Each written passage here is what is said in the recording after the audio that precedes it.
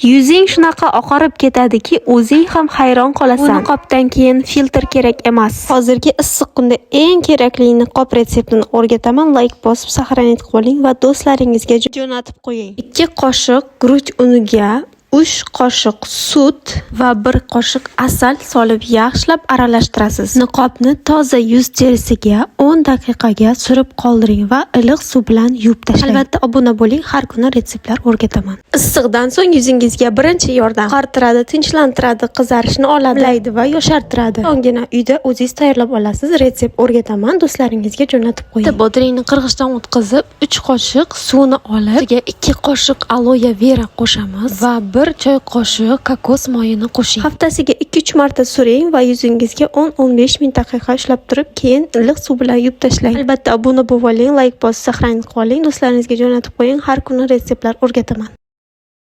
Agar soch torayotganingizda sochlaringiz to'kilayotgan bo'lsa va yupqa zaif bo'lsa, unda bu retsept siz uchun. Hind ayollari ishlatadigan retseptni o'rgataman. Like bosib saqlanib qoling va do'stlaringizga jo'natib qo'ying. Idishga bitta dona tuxum chaqing va 2 qoshiq qahva qo'shing. 2 qoshiq zaytun yog'idan qo'shing va 5 qoshiq oddiy sut qo'shing. Yaxshilab aralashtirib, boshingizga 45 daqiqaga ushlab qoldiring va iliq suv bilan keyin yuvib tashlang. Va shu videoni do'stlaringizga jo'natib qo'ying va obuna bo'lsangiz, har kuni zo'r retseptlarni o'rgatyapman.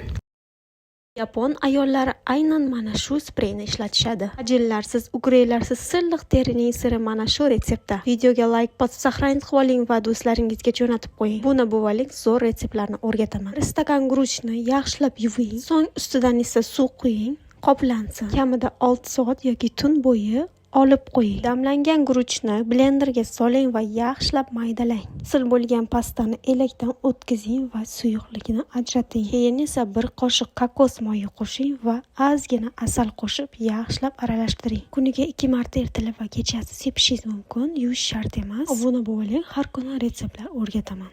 Tunda surting, ertalab esa silliq teri bilan uyg'onasiz. Mo'jizaviy retsept o'rgataman. Like bosib saqlanib qoling va do'stlaringizga jo'natib qo'ying. 1 choy qoshiq vazelin, 1 choy qoshiq kokos yog'i va 1 choy qoshiq sodani solib yaxshilab aralashtirasiz. Kechasiga surib yoting, ertalab esa iliq suv bilan yuvib tashlaysiz. Obuna bo'ling, har kuni retseptlarni o'rgataman.